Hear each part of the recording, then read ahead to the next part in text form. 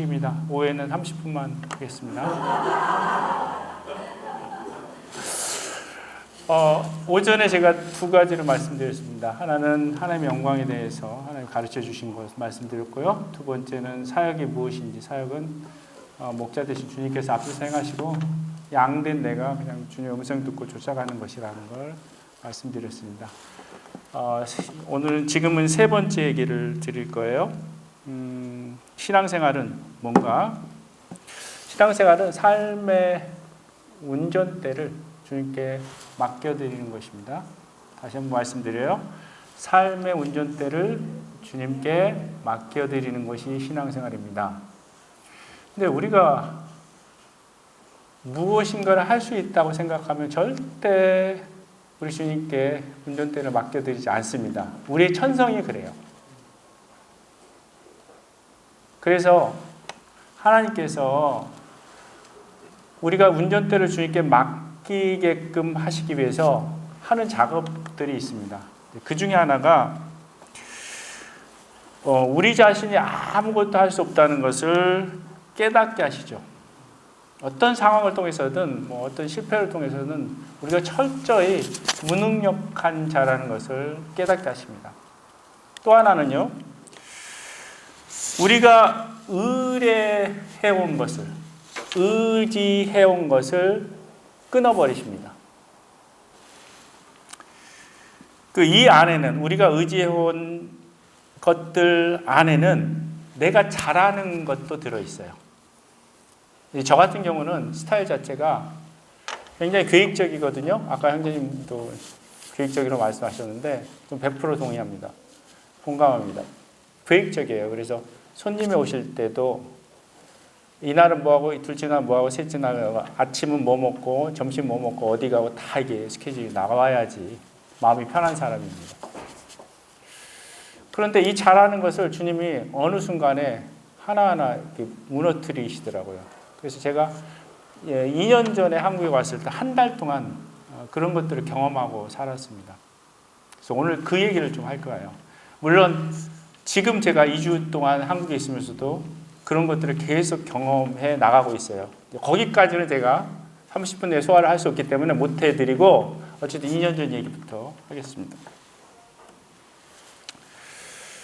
2년 전에 저희가 한국에 들어온 거는 다른 게 아니라 저희 아버지하고 통화하는데, 저희 장인어른은요, 우리가 한국에 들어오면 이제 들어와서 아주 산다는 게 아니라 잠시 왔다 가면 교회를 나가겠다는 거예요. 그래서 저희도 이제 큰 맘 먹고 들어왔거든요. 주일날 교회 갑시다 하니까 내가 언제 그랬니? 마음이 확 바뀌었죠. 제가 거짓말 하는 거 정말 싫어하거든요. 근데 그렇게 나오시더라고요. 자, 그래서 아버지를 놓고 기도하면서 장사형님도 3번 불렀고요. 복음 전하기 위해서. 그랬습니다. 이제 그 얘기는 이따가 드리기도 하고요. 이제 한국 나왔으니까 제가 이렇게 검색해 보니까 한국 동해에 바닷길을 쫙 잘 닦아놨더라고요. 그래서 해파란 길인가 뭔가 거기를 걷고 싶어서 계획을 세웠어요. 그리고 제가 비교적 친한 이제 정광 형제네랑 같이 옛날 관악식구니까 같이 이제 갈 계획을 하고 제가 숙소까지 다 잡았거든요. 근데 이제 며칠 있는데 정광 형제한테 연락이 왔어요. 자기 자매가 코비드 걸렸대요. 그래서 이제 날짜 계산을 쭉 해보니까 이제 10일, 그때는 10일 얘기를 했거든요. 10일 지나면 괜찮다고 그러길래 계산해보니까 괜찮은 것 같아. 그냥 계획대로 추진하자 그랬어요. 한 2, 3일 있다가 또 정광 형제가 나도 걸렸어 이렇게 나오는 거예요. 근데 제가 다른 데를 방문하지 않는 일정이라면 강행할 수도 있는데 저도 이제 다른 모임 방문해서 민폐 끼칠 수는 없잖아요. 제가 걸리면 어떻게 방문을 하겠어요? 그래서 이건 아닌 것 같다 해서 이제 전면 다 취소를 시켰습니다. 근데 우리가 이쪽 동해 쪽에 오면 조창시 형제님 가정이 우리 온다고 오신다고 하길래 그럼 거기서 만나요 했거든요. 그 계획도 잡혀 있었어요. 이용수 자매님하고 주성님이 오기로 했는데 이게 취소가 되니까 제가 이제 연락을 드렸거든요. 아, 우리 못 가서 참 못 만나 뵙게 해서 그래서 유감이라 했더니 대구로 내려오라는 거예요. 그래서 그냥 못 이기는 척하고 그 대중교통을 타고 대구에 왔더니 이제 형제님 마중 나오셨어요. 근데 이제 그 일이 있기 전에 제가 시무리교회에서 그 여기로 시집 보낸 우아따니 자매가 있어요. 캄보디아 자매입니다.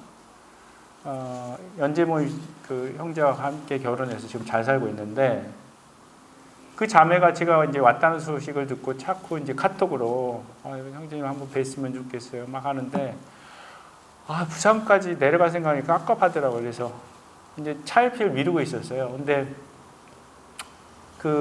어쨌든 대구로 떠나는 바로 전전날인가 또 카톡이 와서 형님 보고 싶어요. 어떻게 볼 수 없을까요? 그래서 제가 대구 내려가는 김에 형제님한테 형제님 저 여기 영천 산 자매가 사는데 영천까지 멀어요. 그랬더니 그냥 쉽게 말해요. 아니 내가 갈 수 있는데 뭐 이렇게. 그래서 형님 가주세요 해갖고 이제 가는 도중이었어요. 가는 도중인데 또 전화가 왔어요. 받아보니까 이제 지금은 금정 모임에 계시잖아요. 황규성 형제님. 황규성 형제님이 루아타이 자매가 어쨌든 황규성 형제님 모임에 나가니까 어떻게 들었겠죠. 그래서 보고 와라. 부산까지 와라. 이러시는 거예요. 그래갖고 양천 찍고 부산 가서 부산에 금정 모임이 헌당식 하기 전이었거든요. 그러니까 이제 다 리모델링하고 어쨌든 좋은 상태로 저희를 보여주셨는데 그거 보고 한 2시간 교제하고 이제 어쨌든 주창식 형님 장모님이 어쨌든 혼자 계시니까 몇 시까지 가야 된다고 하시길래 얼른 이제 말 끊어버리고 이제 죄송합니다. 뭐 가야 됩니다 해서 왔습니다. 그래서 주창식 형님 댁에서 하룻밤 신세를 지고요. 그 다음날 형제님 어디 가자는 얘기도 안 하고 그냥 따라오래요. 그래서 따라갔어요. 그랬더니 제가 가고 싶었던 그곳을 데려가서 구경을 잘 했습니다. 사실 여기 대구 강북 모임도요. 그때 이제 하룻밤 신세질 때 형제님이 다음에 좀 한국에 들리면 우리 모임 좀 방문해 줬으면 어떻겠냐 이렇게 제안을 하셨어요. 그래서 제가 이제 마음에 두고 있다가 예 알겠습니다. 그런 식으로 제가 늦겠습니다 하고 있다가 이번에 이제 오게 될 때 말씀을 드린 겁니다. 사실은 이번에 한국 나오는 것도 딱 2가지 이유 때문입니다. 뭐 아시는 분들 아시겠지만 첫째는 루아타이 자매 부모님을 모시고 딸 사는 거 보여드리려고 왔고요. 또 하나는 우리 큰 딸이 이제 첫 손주를 제가 보게 됐는데 그래서 이제 저는 손주 보러 가고 집사람은 가서 이제 산후 몸조리 좀 도울까 해서 그래서 이제 왔거든요. 그래서 한국에 체류하는 시간은 2주였어요. 2주에서 저를 파송한 수종교 안 들릴 수 없잖아. 인사는 드려야 될 거 아니에요. 그 첫 주 거기 갔고요. 2번째 주는 이제 여기 대구 광복에 오게 됐습니다. 모임 방문이 목적이 아니었기 때문에 딱 주일날 2번인데 어쨌든 수종교와 여기를 방문했고요. 나머지 모임 중간중간에 들린 건 저는 전혀 계획 세우지 않았습니다. 주님 일방적으로 몰아가신 거거든요. 이제 그거는 생략하기로 하고요. 어쨌든 그래서 그런 일이 있었고요. 또 2년 전에 어떤 일이 있었냐면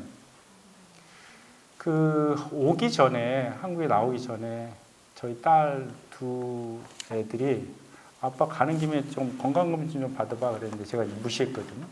뛰어왔어요. 한국에 왔는데 전에 한국에 오면 신세 지는 분이 있어요. 이빨에 관한 한 어쨌든 그분의 신세를 돈독히 지고 있는데 우리 모임 분은 아니고 교단 분인데 어떻게 주님이 인도해 주셔서 정말 우리가 올 때마다 너무 신세를 많이 지고 있습니다. 근데 그분도 내가 어레인지 해줄 테니까 건강검진 받아라.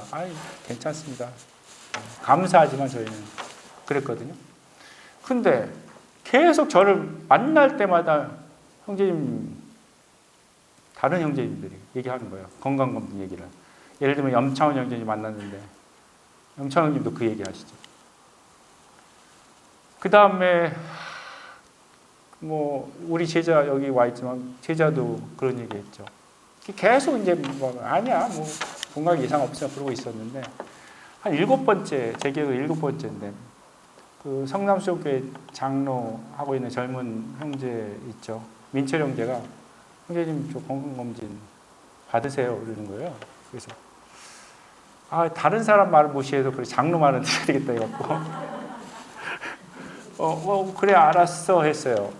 근데 그래서 이제 남원 모임을 이제 서복주 내과를 가야 되는데 마침 이제 전주 옹골송충교회 이제 집회가 잡혀 있어서 가는 길에 이제 들리면 되겠다 하고 그 형제님한테 전화해갖고 혹시 제가 옹골송충교회 전주까지 가면 거기서 저를 좀 남원까지 잠깐 건강검진을 받고 싶은데 이렇게 태워줄 수 있겠습니까? 했더니 형제님이 이제 섭외를 해주셨어요. 그걸 기다리고 있는데 주일날 민철이 형제가 형제님 제가요 남원 갈 일이 생겼는데 같이 갔으면 좋겠대요. 그래서 나 표 다 끊었는데 표는 그거 금방 취소가 돼요. 그리고 위약금도 안 물기 때문에 그렇게 하자는 거예요. 그래서 어쨌든 표를 취소를 하고 나는 속으로 그랬죠. 말하려면 진작 말해야지 이렇게 당황스럽게 하냐고. 근데 어쨌든 표를 취소를 하고 그 형제 차를 얻어 타고 이제 남원 가서 진료 하루 하고요. 당뇨랍니다, 당뇨. 제가 이렇게 제 살쪘을 때 모습 보신 분들은 깜짝깜짝 놀라거든요. 큰 병도 든 줄 알고. 근데 당뇨고요. 걱정하지 마세요. 61kg에서 62kg 그냥 그 사이를 왔다 갔다 하고 있고요. 그리고 캄보디아에 있으면 꾸준하게 제가 건강 관리를 잘 하고 있으니까 여기 오면 그게 다 깨지니까 문제죠. 뭐 성도님 섬기는 대로 어쨌든 다 먹고 그랬습니다. 운동도 안 하고 그래서 여기 벌써 허벅지 살도 다 빠졌거든요. 근육. 아까도 이제 형제님들하고 막 교제하면서 과자 절대 저기서는 안 먹는데 과자가 있으니까 또 먹고 막 그렇습니다. 예, 그래서 당뇨 판정을 받아서 지금 이제 관리 중에 있고 주님이 그거 알게 하시기 위해서 그랬구나 생각이 들었고요. 그리고 그 다음에 어떤 사건이 있었냐면 제가 모르는 자매님인데 그 자매님이 저한테 연락을 해서 한번 보고 싶다. 근데 그 자매님은 한 번도 만나뵌 적은 없고요. 다만 그 자매님이 그 캄보디아에 박영일 형제네가 있어요. 선교사로. 근데 박영일 형제네 이재영 자매 거기 이제 물건을 소포로 이게 보내주곤 했어요. 근데 저희 얘기를 들었나 봐요. 그래서 보내주는 게 그러면 조형제 가정도 생각해서 이제 보내준다고 해서 보내오셨는데 저도 받게 됐잖아요. 그래서 감사합니다. 카톡으로 이제 메시지 짧게 이렇게 남기는 그 정도 알고 있는 분이셨어요. 근데 한국에 들어왔는데 우리 알리지도 않았는데 그 자매님한테 전화가 왔어요. 아마 이재영 자매한테 들었겠죠. 근데 그 자매가 한번 만나고 싶다는 거예요. 근데 자기가 사는 곳이 청양이기 때문에 청양까지 오셔야 되는데 대중교통이 아주 불편하대요. 그러니까 자가용으로 오셔야 됩니다. 그래서 고민하고 있다가 이제 서울 북부에 안성주 형제님이 계시는데 그 형제님이 좀 만만해서 제가 전화를 드려서 좀 동행해 달라 했더니 흔쾌히 허락해 주셔서 이제 그분 차를 얻어 타고 이제 오는데 그 저를 만나기로 한 그 자매님한테 청양에 사시는 그 자매님한테 연락이 왔어요. 그래서 전화를 받았더니 차에서요. 형제님, 저 오늘 형제님 못 만나요 그러는 거예요. 그래서 아니, 근데 지금 자매님 만나러 가는데 그랬더니 정말 죄송한데 우리 막내가 수두에 걸렸대요. 근데 이게 전염성도 강하고 지금 뭐 징징거리고 너무 힘들어하니까 제가 괜히 다른 사람 만났다가 옮길 수도 있고 그래서 못 만났네요. 그래서 그럼 나 어떻게 해요? 지금 만나러 가는데? 그랬더니 사모님이 그냥 가래. 그 주소지 짓고 가면 거기서 사람이 있을 거라고 마중 나오는 사람이 있을 거라고. 그래서 생판 모르는 사람인데 나 진짜 얼굴 많이 가리는데 막 가서 무슨 말을 하나 막 그러고 이제 갔어요. 그러니까 어제도 사실 이제 김대범님 댁에 그냥 갔잖아요. 제가 얼굴 많이 가리거든요. 근데 이제 생판 처음 있잖아요. 대화도 해야 되고. 근데 어쨌든 조영재님 계시니까 조창식 형님 계시니까 어쨌든 분위기가 저는 꽤 괜찮다고 생각했는데 괜찮은가요? 예, 그랬습니다. 어제 얼굴을 많이 가리는 편인데 이제 갔어요. 근데 이제 가정집인데 전원주택까지 이렇게 잘 꾸며놓은 가정집에서. 근데 그 형제님이 이상걸 형제님이라고 청양에서 지금 사역하는 형제님이 계십니다. 근데 이상걸 형제님은 어떤 분이냐면 그 정동수 계열 아시죠? 정동수 목사. 그쪽에서 어쨌든 우리 모임 형님을 알게 돼서 복음 깨닫고 이렇게 모임으로 들어왔어요. 그 모임에서 뭐 홍성 모임인가 거기서 모임 생활 하다가 이제 밖에서 본 모임하고 안에서 본 모임하고 많이 다르잖아요.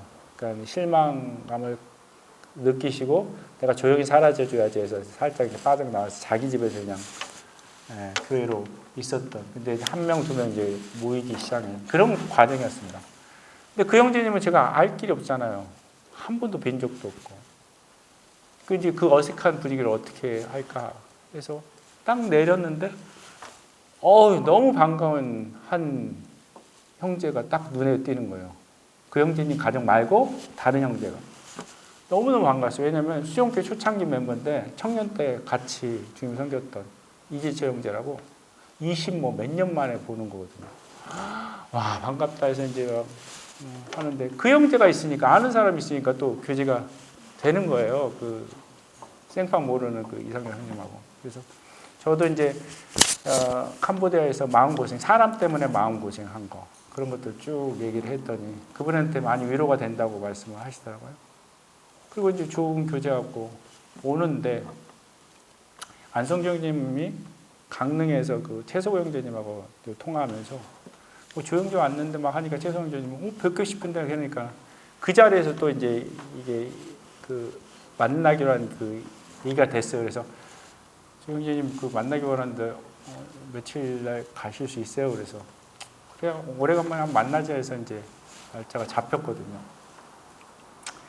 근데 이제 제가 지금부터는 이제 아버지 얘기를 할 건데, 저희 아버지가 장사 형제님을 모셔서 말씀을 듣게 하면 집에까지 찾아오셨는데, 그래도 모셨으니까 좀 듣는 신임이라도 해주면 좋겠는데 초장부터 처음부터 딱 보자마자 나 싫어하면서 방으로 들어가서 안 나오십니다. 저희도 무안하잖아요, 되게. 그래서 이제 좀 장사 형님도 좀 겸연쩍어 하시고, 이제 어쨌든 앉은 상태에서 어머님도 앉아 계시고 해서 우리 어머님한테 장세영 형제님이 질문을 던졌어요. 저기 수정교회 다니시죠? 예, 맞습니다. 근데 침례를 언제 받으셨어요? 침례 받으셨죠? 그랬더니 네. 어떻게 예수님 알게 됐어요? 그건 언제 어떻게 받게 되셨나요? 그렇게 물어보니까 답변을 못해요. 답변을 못하는데 형제님이 눈치채시고 복음을 쭉 전했는데, 어머니 고백이 뭐냐면 다 이런 말씀 처음 들어본다는 거야. 처음 들어보긴요. 수용교회를 다니면서 침례까지 받았는데 처음 들어보시겠어요? 처음 들어본다는 거야. 근데 제 생각에 율법에 매여 있었던 것 같아요. 율법 때문에 죄의식도 느끼면서 고민하는데 어머니 표현이 이 사람이 내 마음속에 들어가서 다 알고 말 한마디 한마디가 전부 내 얘기하는 거라고. 그러면서 그런 고백하는 거예요. 이제 알았다고, 깨달았다고. 근데 제가 어머니 이제 침례 받았다는 소식을 예전에 듣고, 저희는 이제 외국에 나와 있으니까 사실 이제 수영교회에서 뭐 그 복음 전하고 침례 받았다고 그래서 그냥 기뻐했죠. 근데 항상 이제 어머니를 옆에서 지켜보면서 제가 의구심이 들었던 건 우리 자매한테도 얘기했어요. 아니, 어머니 구원받았다고 그러는데 전도하는 걸 한 번도 못 봤어. 아버지한테 예수 믿자는 얘기를 한 번도 안 하시고, 교회 가자는 얘기도 안 하시고, 그리고 아버지가 무서워서 교회에서 갔더라도 금방금방 돌아가셔야 돼. 그 밥 해주신다고. 근데 참 이상하다 그렇게 생각을 했거든요. 근데 확실히 장사장님하고 교제 중에 변화된 게 분명한 게, 그 다음날 이모님이 오시니까 나 이거 깨달았다고 얘기하는데 이모님한테 자기 간증하고 있는 거예요. 그러니까 이모님이 교파교회 권사신데 우리한테 조수방 엄마가 이렇게 깨달았다는 게 도대체 뭔가 나도 한번 들어보세요. 그래서 쭉 말씀드렸어요. 그랬더니 이렇게 쉬운 거였나? 그렇게 말씀하시는 거예요. 그 이모님한테 복음을 전하게 됐어요. 그 시간. 그러니까 사실 내 초점은 아버지에게 있었는데 주님께서 내 계획을 흩으시고 그거 아니야? 이거야 라고 보여주시는 거예요. 그게 우리 어머님이었습니다. 그리고 지금은 정말 변하셨어요. 지금 교제가 되고 그리고 아버지한테도 이번에도 정말 우리 아버지는 영 나오시면 바로예요. 바로의 영이 그냥 꽉 들어갔고 근데 이제 그 아버지한테도 주일날 주수방 따라 교회 갑시다. 우리 다 천국 가는 당신만 지옥 갑시다. 필요 없어요. 지금까지. 그런데 어쨌든 그 일 후에 아버지 안 드시고 이렇게 방으로 들어가 보신 그 일 후에 주일날이었는데 저는 이제 외부 모임 참석을 강사로 이제 불러갖고 가 있는 상태였고요. 저희 자매는 집에 있었는데 그때 이제 주일날 그 아침을 먹고 아버지는 TV를 보시는데 거기 이제 사람들이 그 고사 지내는 거, 그 돼지머리에다 절하고 있는 모습을 보게 됐어요. 그래서 저희 집사람이 이제 그렇게 도전했죠. 만물의 영장인 하나님의 형상으로 지음받은 인간이 저렇게 미련하다고 어떻게 돼지한테 저렇게 절할 수가 있냐고. 그랬더니 아버지가 거기에 토를 막 다는 거예요. 막. 그래서 막 이제 실갱이를 벌이다가 저희 자매가 이제 선포라고 표현을 썼는데 아버지 그렇게 아버지 고집대로 살다가 지금 건강하다고 생각하지만 하나님께서 아버지를 이 오늘 밤 데려가실 수도 있다고 아버지 건강 훅 갈 수 있어요. 뭐 이런 표현을 안 썼지만 어쨌든 그렇게 강하게 얘기를 했어요. 근데 그 일 후에 월요일부터 시름시름 앓으시는 거예요. 얼굴 표정도 다르고 시름시름 앓으시는 거예요. 그래갖고 사단이 난 게 금요일 맞죠? 목요일이었어요. 목요일 날 저희가 강릉에 가서 채소 경제 만나고 저녁에 이제 올라오는 도중이었어요. 올라와서 집에 딱 도착했더니 어머님이 그때가 8시 반이었는데 오늘 큰일 날 뻔했다는 거예요. 왜요? 그랬더니 아버지가 막 되게 힘들어 하시니까 앰뷸런스를 불렀는데 막 병원에 안 가겠다고 앰뷸런스 필요 없다고 막 말씀하시고 괜찮아졌다고 말씀하시니까 앰뷸런스가 오는 도중에 이제 취소해갖고 갔어요. 여러분들 그거 아세요? 앰뷸런스를 불러도 환자 본인이 안 가겠다고 하면 못 데려가요. 그래서 이제 그냥 취소시켰거든요. 그 이제 경과를 지켜봅시다 하고 그날 저녁에 이제 다 잠자리에 들었어요. 새벽 3시가 됐는데 집사람 저를 깨워요. 그래서 뭐야 했더니 아버지가 밖에 그 거실에서 이게 싱크대 잡고 이렇게 덜덜덜 떨고 계시는 모습을 본 거예요. 근데 밑에는 완전히 빨가를 벗은 상태예요. 그래서 이제 딸이니까 아버지 그런 모습 민망하니까 저보고 나가보라고 해서 나가봤더니 그리고 아버지가 이제 받아서 뒤로 이렇게 눕히는데 벌써 눈동자는 확 돌아가 있고 혀는 이렇게 막 말려 있고 숨은 막 가쁘고 그런 상태였어요. 그래서 이제 앰뷸런스를 119에 신고를 해서 불렀죠. 그러니까 이제 그 앰뷸런스에는 그 보호자 한 사람만 탈 수가 있어요. 다른 사람 못 타요. 자매가 대표로서 타게 되고 그러고 나서 그 기간 동안에 어머니 이제 제가 옆에서 위로해드리고 하나님께서 이렇게 하신 거니까 너무 걱정하지 마시라고. 그래서 그간 있었던 얘기를 쭉 간증을 했어요. 하나님은 내가 이렇게 계획을 세웠는데 다 들어보시고 내가 생각하기에 엉뚱한 대로 다 이끌고 다니신다. 하나님 뜻대로 나를 이끌고 가시는데 이 사건도 하나님 장중 안에 있다라고 말씀드렸어요. 그 화답을 하시죠. 그리고 이제 병원 가서 중환자실 거쳐서 몇 주 만에 퇴원을 하셨어요? 2주? 2주. 퇴원하셨는데 저는 사실 급한 일에서 캄보디아로 간 상태고 우리 자매가 이제 고생을 했는데 처음에 병원 가기 전에 그 모습으로 휠체어를 타고 나오셨거든요. 근데 저희는 이제 집에 와서 뭘 못하는 줄 알고 뭐 요양병 알아보고 막 난리를 쳤는데 오셔서 화장실도 하시고 또 밥도 자기 손으로 봐주시고 예전 모습 그대로예요. 다만 이제 치매가 있고 위암 판정을 받으시고 지금 위암이 진행되고 있거든요. 그런 상태입니다. 그래서 그 다음날 퇴원한 다음날 장사님 또 모셨어요. 보험 전화하는데 그 앞에서 이제 마음이 낮아졌으니까 받아들이겠다고 하면서 눈물도 보이시고 그랬거든요. 근데 그 다음날 내가 언제 그랬냐는 뜻이. 와, 진짜 무서워요. 바로 하고 똑같다니까요. 우리 집사람한테, 자매한테, 넌 네 길 가. 네 예수 믿는다고 그래. 네 길 가. 근데 나는 아니야. 난 내 길 갈 거야. 이런 얘기를 하는 거예요. 지금까지 마찬가지입니다. 그 심령은 지금까지. 그래서 아직까지는 ING형이고요. 집사람한테 그 얘기를 캄보디아에 들으면서 제가 하나님께 무슨 고백을 했냐면, 저는 하나님께서 지금 아버지를 데려가신다 해도 불평이나 원망 없습니다. 왜냐하면 하나님 최선을 다하셨어요. 그렇게까지 했는데도 못 알아듣고 그렇게 아직도 완악한 길을 가고 있는 그 아버지에게 책임이 있지 하나님께 책임이 없습니다. 그래서 저는 원망, 불평하지 않을 겁니다. 저희도 사실 할 만치 했습니다. 그리고 고백하고 나서 제가 한 가지 더 고백을 했는데, 근데 하나님, 내 느낌에는 하나님이 지신 것 같다 그랬어요. 지금도 ING형이에요. 어떻게 하나님께서 하실지 모르겠습니다. 성도들이 기도하고 있고, 또 강북교회, 대구 강북교회 성도님도 들었으니까 저희 아버지를 위해서 기도해 줄 거라고 생각이 듭니다.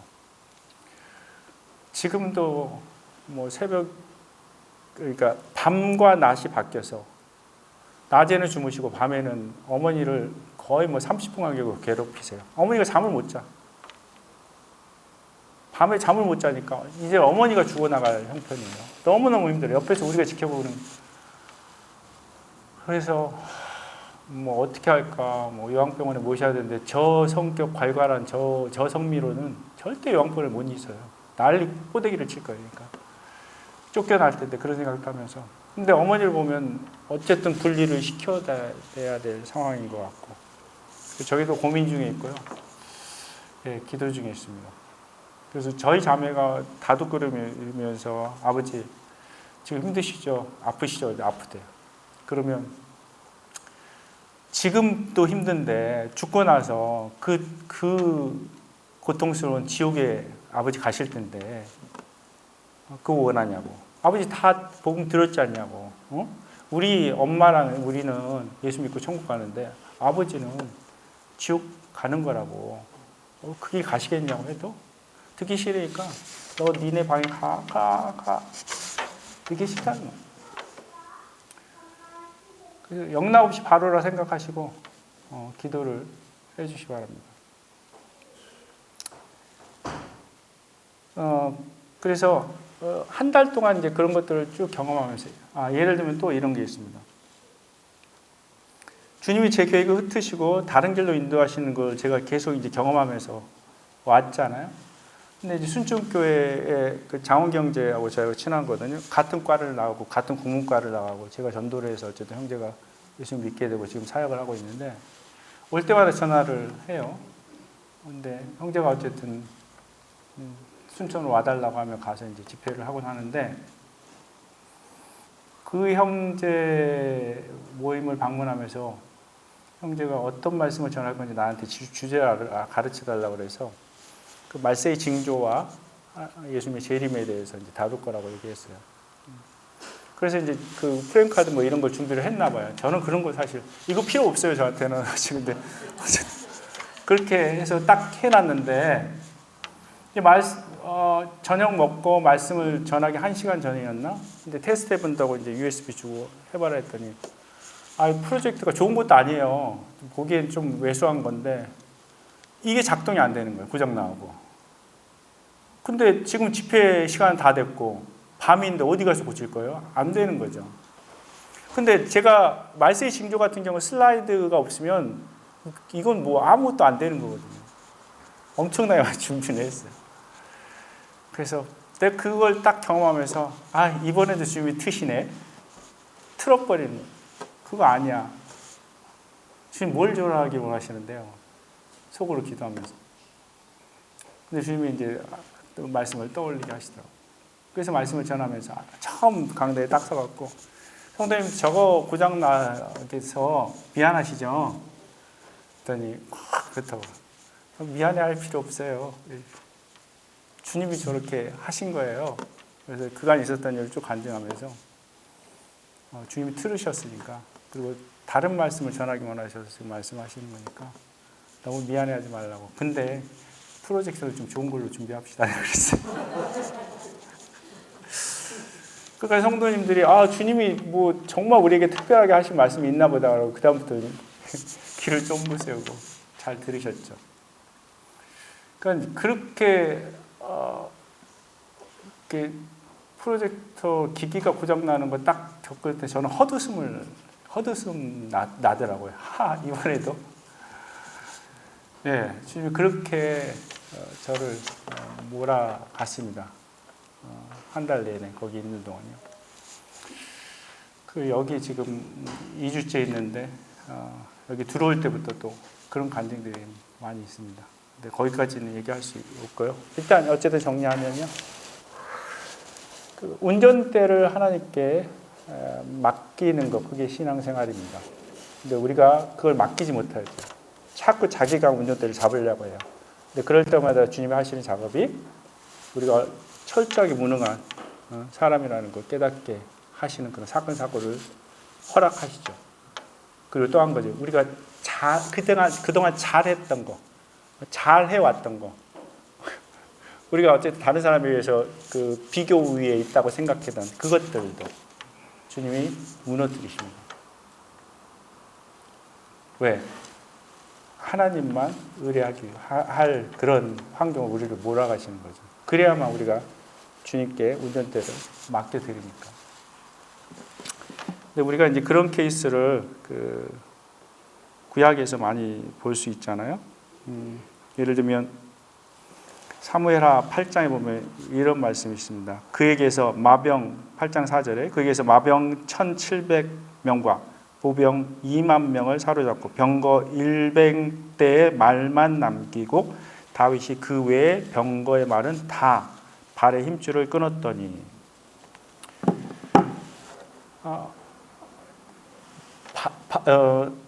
다윗은 그 병거의 힘을 의지하고 싶지 않았어요. 하나님만을 의지하고 싶었던 거죠. 사실 말하면 제일 최상의 것이 이 에집트에 있었거든요.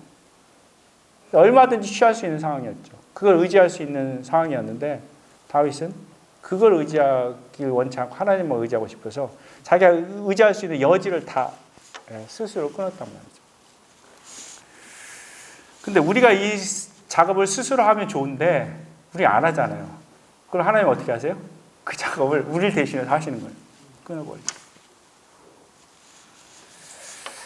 도움을 구하러 외국으로 내려가는 자들은 화 있을진저 그들은 말을 의지하며 병거의 많음과 마병의 힘이 강함을 의지하고 이스라엘 거룩하신 이를 앙모치 아니하며 여호와를 구하지 아니하나니 이런 말씀도 있습니다. 그래서 하나님께서 하나님만을 의지하게끔 환경을 통해서 사건 사고를 통해서 우리가 잘했던 것, 남들보다 비교 위에 있었던 어떤 잘난 것들을 치시고 걷어가시고 무너뜨리시고 그럴 때 우리가 겸손해지고 주님을 의지할 수 있다는 걸 주님이 아시기 때문에 그렇게 하십니다. 다시 한번 말씀드려요. 신앙생활은 운전대를 주님께 맡겨드린 거예요. 이상입니다. 감사합니다.